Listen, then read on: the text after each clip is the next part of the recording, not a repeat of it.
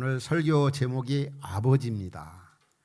성경에 보면은 육신의 아버지를 통해서 하나님 아버지가 어떤 분이신가를 우리에게 잘 보여주고 있습니다.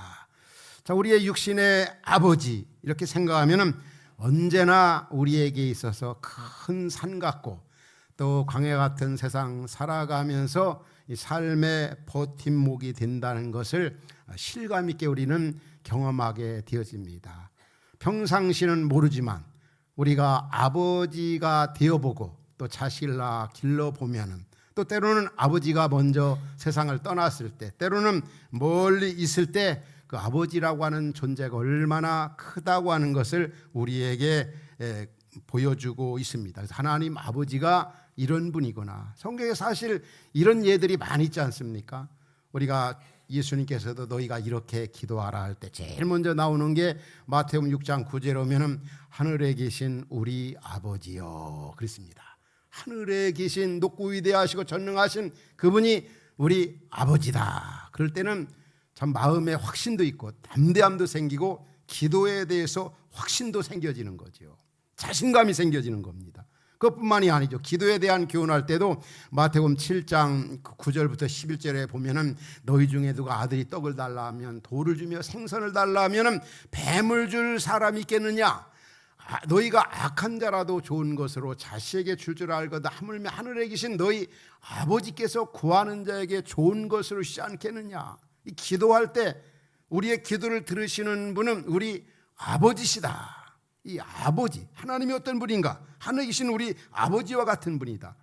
그것뿐만이 아닙니다. 바울이 우리가 아는 대로 목회를 정말 훌륭하게 잘했습니다. 그런데 그가 데살로니가 교회에서 목회할 때 어떻게 목회했다고 그랬습니까? 데살로니가전서 2장 11절에 오면은 그렇게 표현합니다. 너희도 아는 바와 같이 우리가 너희 각 사람에게 아버지가 자기 자녀에게 하듯 권면하고 위로하고 경계하노니 아버지 같은 마음을 가지고 목회하면 틀림이 없는 것 같아요. 제가 제자훈련반 올해 11명을 훈련시키고 있는데 그 참 37년 동안 훈련 사역 한 1000여 명 이상은 제자훈련 시킨 것 같아요. 그런데 중요한 거는 이번 기수가 항상 행복했고 좋았지만 하여튼 최고 그렇습니다. 왜냐하면 11명 중에 아들 또래 되는 나이를 가진 그 형제 자매들이 7명이나 돼요. 그런데 참 기도 제목을 나누고 그럴 때 보면은 얼마나 자식 이상으로 기도가 되어지더라고요. 저도 목회하다 보면 참 피곤하잖아요. 그런데 이 기도 제목을 나누고 지난 주간에도 어느 형제가 진로 문제를 놓고 그렇게 기도 제목을 부탁했어요. 근데 얼마나 정말 새벽에 피곤해도 하루에 몇 번씩 기도가 되는 것 같아요. 그 형제님, 그 자매님 앞길을 주께서 이번엔 꼭 바르게 인도해 주셔야 됩니다. 바로 이 하나님 아버지가 우리 아빠다. 그분한테 기도한다. 이 아비 마음을 가지고 부모 마음을 가지고 목회하는 거 바울을 통해서 배울 수가 있고 그만큼 하나님께서는 육신의 아버지를 통해서 하늘에 계신 아버지가 어떤 분인가를 우리에게 보여주고 있다고 하는 거. 이 아버지 그 인터넷에서 그 아버지에 대한 시를 이렇게 제가 한번 살펴보았어요. 아버지에 대한 시. 그 중에 마음에 딱 와닿는 시가 또 하나 있더라고요. 그래서 여러분들에게 읽어드리고 싶어요. 아버지. 아버지는 아무리 힘들어도 힘들다는 말을 하지 않습니다. 아버지는 당연히 힘들지 않은 줄 알았습니다. 아버지는 아파도 아프다는 말을 하지 않았습니다. 아버지는 당연히 아프지 않은 줄 알았습니다. 아버지는 돈이 없어도 돈이 없다는 말을 하지 않았습니다. 아버지는 항상 돈이 많은 줄 알았습니다. 이제 내가 아버지가 되어 자식을 길러보니 어렸을 적에 그 우람한 느티나무처럼 든든하고 크게만 보였던 아버지, 그 아버지가 힘들 때나 아플 때나 돈이 없을 때가 있었음에도 불구하고 정말 그는 아프다고 또 힘들다고 하지 않았습니다. 그러나 아버지는 가장이니까 가족들이 힘들어할까봐 가족들이 실망할까봐 또 너무 마음 아파할까봐 돈이 없어도 마음이 아파도 말을 못했던 것입니다. 이게 바로 대부분의 우리 육신의 아버지들입니다. 이 아버지들을 통해서 하나님이 어떤 분인가를 오늘 본문은 우리에게 교훈해 주고 있다고 하는 겁니다. 그 육신의 아버지는 우리가 경험하는 것처럼 힘들고 슬픈 일이 있어도 속으로는 많이 울지만 그것을 아내나 혹은 자녀들에게 알리질 않습니다. 저는 목사로서 매년 우리 성도들이 속으로 목회를 해보면 우리 참 남자분들, 요즘 여성들도 많이 신앙생활하고 직장생활하지만은 참 얼마나 힘든 시인가. 매년 11월이나 이런 때가 되면은 이직도 해야 되고 직장 어떤 분위기나 또 직장 여러 동료와의 관계나 정말 때로는 사업하면서 이런 것들이 얼마나 힘든데도 그 아버지로서 그런 어려운 일이나 힘든 일이나 이런 것들을 아내에게나 혹은 자녀에게 알리지 않는, 이게 우리 육신의 아버지의 그 모습인데 그만큼 사랑하기 때문에 바로 우리 하나님 아버지가 그러한 분이라는 거죠. 오늘 본문에 보면은 우리 하나님 아버지가 하나님을 떠난 사람들에 대해서 어떤 마음을 가지고 계신가, 얼마나 하나님 아버지가 우리를 그 자녀를 사랑하시는가를 몇 가지를 통해서 우리에게 비유를, 풍요적인 비유를 통해서 말씀해 주고 있습니다. 먼저 이 본문은 하나님을 떠나면 우리 인생이 어떻게 된다는, 하늘에 계신 우리 아버지의 품을 떠나면 우리가 어떻게 된다고 하는 것을 보여주고 있습니다. 오늘 본문에 등장하는 둘째 아들, 하나님 아버지를 떠나면, 아버지 떠나면 아주 마냥 잘 될 줄 알았어요. 그러니까 아버지, 둘째 아들이 아버지에게, 아버지 재산 좀 분깃을 나에게 돌아올 거 나눠주십시오. 나도 이제 내 살림을 차리고 싶고 나 나름대로 살고 싶다. 분명히 아버지 편에 보면은 그때 나눠줄 시기가 아닙니다. 그럼에도 불구하고 너무나 계속 졸라대니까 아버지는 허락을 했죠. 근데 그가 이제 떠나자마자 어떻게 됐습니까? 떠나면 잘 되는 줄 알았는데, 마냥 행복할 줄 알았는데 결코 그렇지 않았습니다. 떠나면은 뭔가 자기가 계획한 바대로 그대로 잘 되는 줄 알았어요. 뭔가 아버지가 나눠준 재산 가지고 투자하고 뭔가 나름대로 하면은, 요즘 말하면 잘 나갈 줄 알았습니다. 결코 그렇지가 않았습니다. 하나님을 떠난 인생, 또 이 땅에 있는 사람들에게 주는 잠언서의 메시지가 있습니다. 잠언 16장 25절에 보면은 사람이 어떤 길은 사람 보기에 바르지만 필경은 사망의 길이니라, 이런 말씀도 나오고, 잠언 16장 9절에 보면 또 이런 말씀도 나와요. 사람이 마음으로 자기 길을 계획할지라도 그 걸음을 인도하시는 여호와시니라. 또 잠언 27장 1절에 오면 이런 말씀도 나오죠. 너는 내일 일을 자랑하지 말라. 하루 동안에 무슨 일이 일어날지 내가 알지 못함이라. 오늘 둘째 아들의 모습을 보면서 이런 말씀이 생각이 나요. 뭔가 잘 될 줄 알고, 뭔가 나가면 크게 될 줄 알고, 뭔가 아버지 떠나면은 자기 계획대로 되는 줄 알았지만은 결코 그렇게 되질 않았어요. 사람이 마음먹은 대로, 계획한 대로, 자기 생각대로 되어지는가요? 살아보면 결코 그렇지가 않습니다. 한계를 느낄 때가 많이 있지 않습니까? 그래서 우리는 그런 고백을 합니다. 여호와께서 집을 세우지 않으면 세우는 자의 수고가 헛되고, 여호와께서 성을 지키지 않으면 파수꾼의 깨어있음이 헛되다. 이런 것을 실감 있게 경험하게 되는 거예요. 지금 둘째 아들이 그런 경험을 하고 있는 거죠. 하나님 아버지 품을 떠나면 잘 되는 것 같아도 그게 잘 되는 게 아니죠. 모래 위에 집을 짓는 격이 되는 거죠.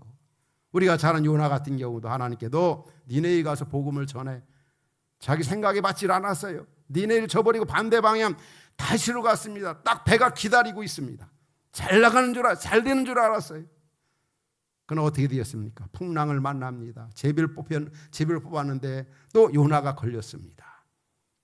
자기가 계획한 바대로 되는 게 아닙니다.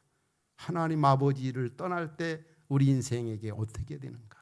다 허비하고 다 낭비하고 호랑방당하게 되어지고, 하나님도 멀어지고 사람도 멀어지고, 이 둘째 아들이 갈 때까지 가게 된 겁니다. 우리도 그렇습니다. 사람이 자기의 사명을 해야 할 사명감을 잃고 세상에 빠져버리면 어떻게 됩니까? 요한일서는 우리에게 교훈하죠. 사랑하는 자들아, 세상에 있는 것들을 사랑하지 말라. 세상에 있는 것들을 사랑하면 하나님의 사랑이 그 속에 있지 아니하다. 세상에 있는 것들은 육신의 정욕과 안목의 정욕과 이생의 자랑이다. 이런 것들은 아버지께로부터 온 게 아니다. 세상으로부터 온 거다. 잘 나가는 것 같아도 하나님을 내 인생의 영역에서 제해버리면 당연히 우리 마음 가운데 세 가지가 자리를 차지하게 되어집니다. 이거는 교회 목회자나 또 중직들이나 또 성도들 마찬가지입니다. 사명감을 잃어버리면 돈이 자리를 차지하게 됩니다. 명예가, 세상 쾌락이. 그러다 보면은 그 기쁨도 슬픔도 기쁨도 그 어떤 은혜도 다 메말라 버리는 거죠.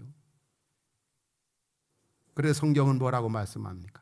우리 예수님이 말씀했습니다. 요한복음 15장에 보면 나는 참 포도나무요 너희는 가지라. 그가 내 안에 내가 그 안에 거하면 사람이 열매를 많이 맺을 수 있지만 너희가 나를 떠나서는 너희가 아무것도 할 수 없습니다. 여러분 그렇게 믿습니까? 정말 주님 떠나버리면, 주님 떠나 살면 인생 끝장인 겁니다. 되는 것 같아도, 행복할 것 같아도, 마음먹은 대로 되는 것 같아도 안 된다는 거죠. 하나님의 자녀, 하나님의 백성은 하나님 품 안에 살아야 거기에 진정 행복과 만족과 그 기쁨이 있는 거지. 여러분 경험적으로도 알잖아요. 여러분 주님을 멀리 떠나가 버려보세요. 얼마나 그 삶이 괴롭고 답답하고 삭막하고, 돈이 생겨도, 좋은 집에 살아도, 좋은 차 타고 다녀도 만족이 없는 겁니다. 하나님을 떠난 인생, 세상에 어떤 것을 누리고 소유하고 가져도 만족이 없다고 하는 거, 다 망가지게 된다는 거, 갈 때까지 가게 된다는 거. 또 한 가지 이 비유 속에서 우리에게 주는 메시지가 하나님을 떠난 인생에 대해서 하나님 아버지가 어떤 마음을 가지고 계시느냐 이거예요. 갈 때까지 간 인생, 멀리 멀리 갔더니 처량하고 고나, 이런 찬양 있죠. 나 주를 멀리 떠났다 이제 옵니다. 정말 주님을 떠난 인생에 대해서 우리 하나님 아버지는 얼마나 기다리고 얼마나 돌아오기를 갈망하시는지. 오늘 본문의 둘째 아들이 집을 나간 이후에 그 아버지가 어떤 마음을 가졌겠습니까? 요즘 생각하면은 밥맛 잊어버리고, 밥맛 또 잠맛, 잠도 못 이루고, 또 살맛, 세 가지 맛을 잃어버렸을 것 같아요. 살맛, 밥맛, 또 잠맛 다 잊어버리는 거예요. 오늘 본문 20절에 나타납니다.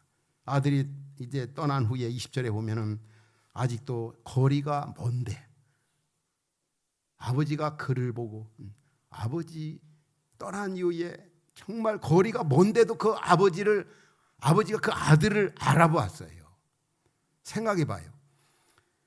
그 아버지가 나갈 땐 부유한 아들로 나갔지만 다 허랑방탕하고 다 돼지하고 같이 살다 보니까 어떻게 되겠어요? 돼지 밥을 같이 먹고 돼지 우리에서 같이 살았으니까 그 겉모습이 완전히 거지 중에 거지였을 겁니다.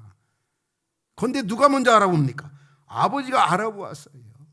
먼저 알아보고 달려가서 목을 안고 끼안고 입을 맞추고, 그만큼 아버지가 그 아들을 기다렸다는 거죠. 못된 짓 하고 악한 짓 하고 있는 거 다 허비하고, 너 나갈 때 얼마 줬는데도 그거 얼마나 남겼느냐, 어디다 썼느냐, 어떻게 되느냐, 그런 거 하나도 물어보지 않잖아요.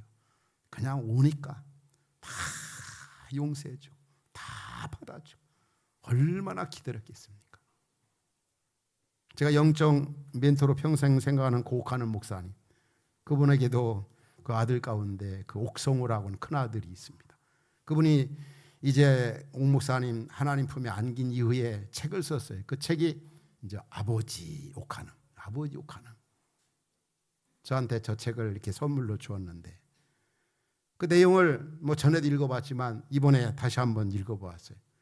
그런데 정말 고옥하는 목사님, 제자훈련 세계적인 대가로서 또 목회자로서 진짜 옥하는 목사님이 아들을 참 사랑했다. 옥성우를 정말 사랑했다. 자신이 쓴 내용 가운데 보면 몇 가지가 있었어요. 그 중에 아마 이 옥성우도 참 이 젊은 시절에 많이 이렇게 아버지 교회 하나님을 또 이렇게 허랑방탕 뭐 무슨 나쁜 짓 했다 그런 것보다도 마음적으로 좀 삶 속에 힘들었던 것 같아요. 그런데 자신이 쓴 글에 보면은 아버지가 한 말 가운데, 성호야, 너는 무엇보다도 하나님의 은혜를 받아야 된다. 하나님의 은혜가 뭔지를 너는 체험해야 된다. 이런 말이 굉장히 마음에 와닿더라고요. 또 하나는 그 옥하는 목사님이 아들 옥성호에게, 이 저자에게 한 말 가운데, 너는 정말 입 조심을 해야 돼. 너 함부로 남 그렇게 비판하지 마. 우리 기독교 지도자들이나 그리스도인들은 남을 품어야 되고 수용해야 되고 이해해야 되고 사랑해야 된다. 또 한 번은 또 옥하는 목사님이 아들에게 너무 마음적으로든지 했던 행동에 있어서 이렇게 방황하고 힘들어하니까, 성호야, 너 한번 대답해봐라. 아빠가 사랑의 교회를 더 중요하게 생각하겠느냐, 너를 더 중요하게 크게 생각하겠느냐, 이런 질문을 아버지 옥하는 목사님으로 들을 때 성호 씨는, 그 성호 형제는 마음 가운데 당연히 사랑의 교회죠, 그런 생각을 했다는 거죠. 근데 한참 후에 아버지 옥하는 목사님이, 야야, 나는 사랑의 교회를 포기해도 나는 너를 포기할 수 없다. 그 아버지가 그럴 정도로 옥하는 목사님이 아들을 사랑했다는 거예요.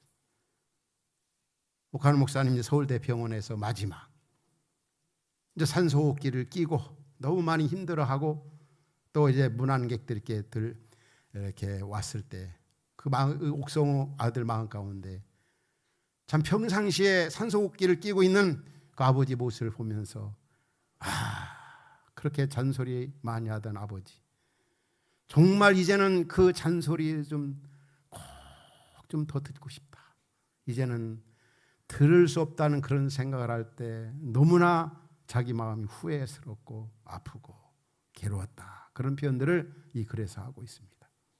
분명한 것은 정말 육신의 아버지 옥 목사님, 그 아들을 많이 사랑했다. 그런데 그 아버지는, 그가 그렇게 얘기합니다. 옥성우 그 형제는 한 번도 아버지가 자기를 사랑한다는 말을 해본 적이 없다는 거죠. 그러나 정말 사랑한다는 표현 방식이 달라서 그렇지 아버지가 자기를 정말 사랑했다. 저도 아내하고 결혼한 지가 40주년을 맞이했지만 아내한테 한 번도 사랑한다 그런 말을 들은 적이 없습니다. 그러나 누구보다도 저희 아내는 저를 사랑합니다. 그걸 제가 알아요. 사랑의 방식이 달라서 그렇지 정말 저도 아내를, 또 아내도 저를 사랑한다. 옥하는 목사님도 사랑한다는 표현을 성우 형제에게 하지 않았지만 성우 형제가, 아버지는 정말 사랑한다는 표현 방식이 달라서 나를 사랑하시는 분이다. 그것을 가신 후에 자기가 절실히 깨달았다. 뭐 여러 가지로 인터넷에 성우 형제에 대한 얘기들이 많이 나오고 있어요. 그러나 저는 확신합니다. 그 언젠가는 더 온전하게, 더 하나님 앞에 돌아올 것이라고. 그 아버지의 그 사랑 얼마나 귀한 일입니까? 그럴 정도 하나님 아버지께서는, 육신의 아버지 그 이상 우리를 사랑하시고, 돌아올 때 회개하고 하나님 앞에 돌아올 때 우리를 사랑해 주시고 싸매 주시고 감싸 주시고 어루만져 주시고, 지금 돌아왔을 때 어떻게 합니까? 보면 금가락지를 끼워주고 손과 발을 씻어주고 가장 좋은 옷을 입히고 입 맞추고, 바로 회개하고 돌아오는 그 아들에 대한 그 아버지의 사랑을 어떻게 표현합니까? 오늘 본문 24절에 보면 죽었다가 다시 살아났다는 거죠. 죽었다가 다시 살아났다. 내가 잃었다가 얻었다. 너무 기뻐하고 좋아한다. 오늘날도 우리가 주의 품을 떠난 우리들이 회개하고 돌아올 때 우리 하나님 아버지께서 그렇게 좋아하시고 기뻐하시고 즐거워하신다는 걸 우리에게 보여주고 있습니다. 오늘 우리 가운데 하나님 아버지를 멀리 떠난 분들이 있습니까? 오늘 이 말씀을 들으면서 보면서 지금도 우리 하늘에 계신 우리 아버지가 그렇게 나를 기다리고 계시고, 그렇게 나를 사랑하고 계시고, 그렇게 나에게 변함없이 긍휼을 베풀고 계시다는 거. 회개가 뭡니까? 자신의 그 모습을 보면서, 하나님을 떠난 자신의 모습을 보면서 원래 방향으로 돌아오는 겁니다. 오늘 이 등장하는 둘째 아들 어떻게 됩니까? 정말 그가 갈 때까지 갔다가 거기에서 이제 나는 이제 아버지의 아들이라 감당할 수 없다. 하늘과 아버지께 죄를 지었다. 이젠 내가 일어나 아버지께로 돌아가서 우리 집에는 품꾼이 많으니까 품꾼의 하나로 여겨달라고 하나 아버지께 간구해야 되겠다 결단하고 돌아왔어요. 이게 바로 회개입니다. 돌아올 때 어떤 일이 일어납니까? 원상 회복. 우리 예수님도 말씀했습니다. 누가복음 5장 32절에 내가 이 땅에 의인을 불러온 것이 아니라 죄인을 불러 회개시키러 왔노라. 회개하지 아니하면 망한다고 말씀합니다. 예루살렘 망대가 무너졌습니다. 18명이 죽었습니다. 유대인들은 저 사람들 죄가 많아 죽었다. 그런 말 할 때 예수님께서 13장 누가복음 13장 5절에 뭐라고 말씀합니까? 너희도 회개하지 아니하면 이와 같이 망한다. 회개하느냐 안 하느냐, 죽느냐 사느냐. 정말 돌이키면 원상회복, 하나님의 자녀로 완전하게 누리게 되는 겁니다. 오늘날도 주님을 떠난 세 부류의 사람들이 오늘날 있습니다. 오늘 본문을 보면서 첫 번째는 오늘 본문에 등장하는 둘째 아들 같은, 이미 주님 앞에 돌아왔어요. 이미 믿음 생활하던 사람들입니다. 그런데 이런저런 이유로 하나님을 떠나고 교회를 떠났습니다. 요즘 그런 성도들을 가리켜서 가나안 성도라고 말합니다. 우리 잘 알죠. 가나안. 거꾸로 말하면 안 나가, 교회 안 나가는 성도들. 옛날 그 한국 갤럽 조사에서 리서치한 걸 보면은 교회 다니다가 주님 품 떠나고 교회 떠난 사람들이 연인은 1000만 명이 된다는 거죠. 진짜 교회 다니다가 안 다니는 분들, 요즘에 돌아온 분들 가끔 봐요. 초등학교 때 다니다가 중학교 때, 그 다음에 고등학교 때, 청년 때 회장까지 하다, 그러다가 막 아이디어 노인 되어 가지고 돌아온 분들. 그래서 그런 분들 신방할 때 참 주님이 많이 손 쓰셨네요. 참 얼마나 주님이 오랫동안 기다리셨겠어요. 이런 부류의 사람들, 이미 하나님의 자연인데 하나님을 떠나 생활했던 이런 분들이 첫 번째로 돌아와야 할 대상자들. 두 번째는 교회 안에, 이미 공동체 안에, 교회는 다니지만 양다리 걸치고 이렇게 교회 생활하는 분들 있잖아요. 신앙생활하는 분들. 한마디로 마음이 이렇게 떠나 있는 분들이 있어요. 주님을 향한, 그 하나님을 향한 뜨거운 사랑, 열정 식어져 버린, 옛날 이스라엘 백성들이 그랬습니다. 입술로는 나를 존경하나 마음으로는 나에게 멀도다. 마음이 진짜 세상의 어떤 것보다도 주님을 사랑하고, 주님을 사랑하게 돼 넓게 깊게 높게 길게 사랑하지 않고 그냥 모양만 있고 실제가 없고 그냥 종교 생활하는 그런 식으로 교회 생활하는 분들, 여러분들도 돌아와야 돼요.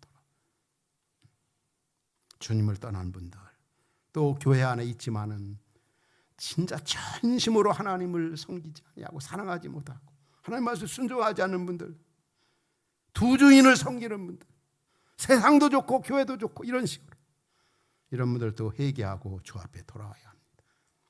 무엇보다 진짜 돌아야 할 사람들이 뭡니까?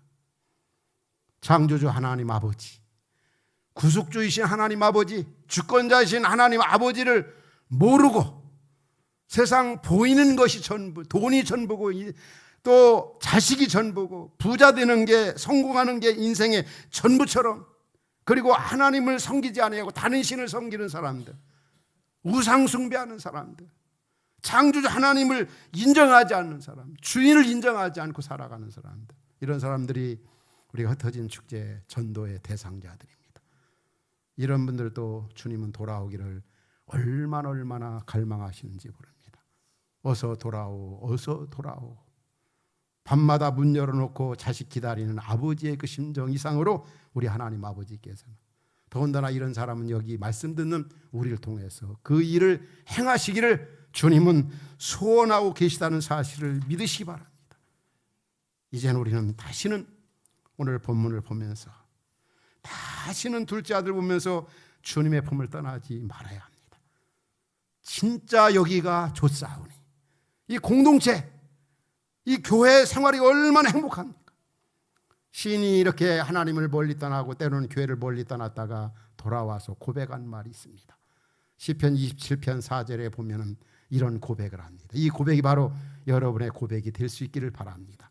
우리 같이 읽겠습니다. 시작. 내가 여호와께 바라는 한 가지 일, 그것을 구하리니 곧 내가 내 평생에 여호와의 집에 살면서 여호와의 아름다움을 바라보며 그의 성전에서 사모하는 그것이라.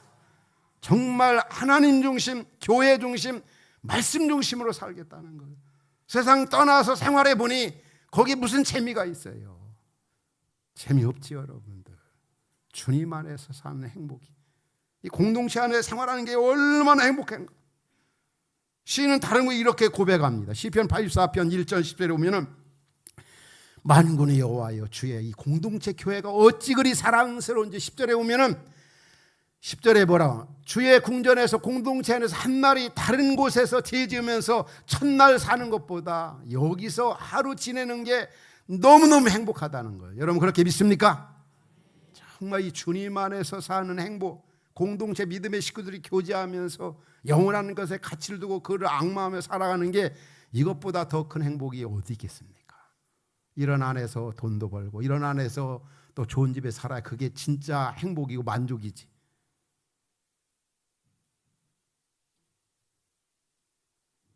그리고 또 한 가지가 뭐겠습니까? 우리를 사랑해 주신 그 아버지 마음을 품고 이제 살아가는 거죠. 이제 다시는 그분의 품을 떠나지 말고 진짜 아버지의 마음을 가지고, 하나님 아버지의 마음 특징이 뭡니까? 끝까지 품어주고 사랑해주고 정말 이웃을 사랑하고 하나님 사랑하는 하나님 아버지의 마음 품고 살게 하여 주옵소서. 우리 집사님 딸 중에 하나가 하이의 이름이. 그래서 어제 물어봐서 하이, 가정교회도 하이 가정교회. 하이 원래 영어로 하면 하이 높다. 그래서 하늘에 가치를 두고 살라는가? 또 하이 하면 안녕하십니까? 인사 만날 하이 하잖아요. 안녕. 근데 그 이름보다는 그 아빠 그 집사님한테 하이 이름의 뜻이 뭐냐면 매일 목사님 설교 그렇게 수많은 설교지만 결론이 항상 목사님은 하나님 사랑, 이웃 사랑. 그래서 하나님 사랑, 하이 이웃 사랑. 그래서 우리 하이가 이 땅에서 하나님 사랑, 이웃 사랑하며 살게. 그렇게 살기를 바라서 하이라고 이름을, 진짜 이름 잘 지은 것 같아요. 진짜 이제는 우리 하나님 품에 안긴 우리들 어떻게 했습니까? 하나님 아버지의 마음을 품고 이 땅에서 하나님 사랑, 이웃 사랑하며 살아가는 겁니다. 마지막은 뭐겠습니까? 무엇보다도 이 하나님 아버지의 마음을 모르고 살아가는 자들에게 정말 이 일을 전하는 일이 얼마나 중요합니까? 배신자, 전도 대상자들. 이게 주님이, 우리 하나님 아버지가 가장 기뻐하시는 일이고 하나님 아버지가 우리를 향한 소원입니다. 가장 기쁘시는 일, 가장 원하시는 소원이고 그분의 마음을 가장 시원하게 돼. 이제 주님 품 안에 돌아온 우리들, 이제 그 아버지를 좀, 그 마음을 좀 시원하게 드려야 되지 않겠어요? 그분을 좀 기쁘시게 해드려야 되지 않겠어요? 그분을 좀 영화롭게 해야 되지 않겠어요? 그게 뭡니까? 하나님 아버지를 모르는 천하보다 귀한 생명 알지 못하고 세상까지 전무냐 살아가는 자들에게 주의 복음을 전하는 일입니다. 행동으로 구체적으로 전하는 일입니다. 이게 바로 아버지의 마음입니다. 우리 모두가 정말 하늘에 계신 아버지의 마음을 품고 우리를 구원해 주신 거 감사하면서 주신 사명 잘 감당하는 그런 은혜가 오늘 말씀 듣는 우리 성도 여러분 모두에게 있기를 주의 이름으로 축원합니다. 우리 함께 기도합니다. 우리 주님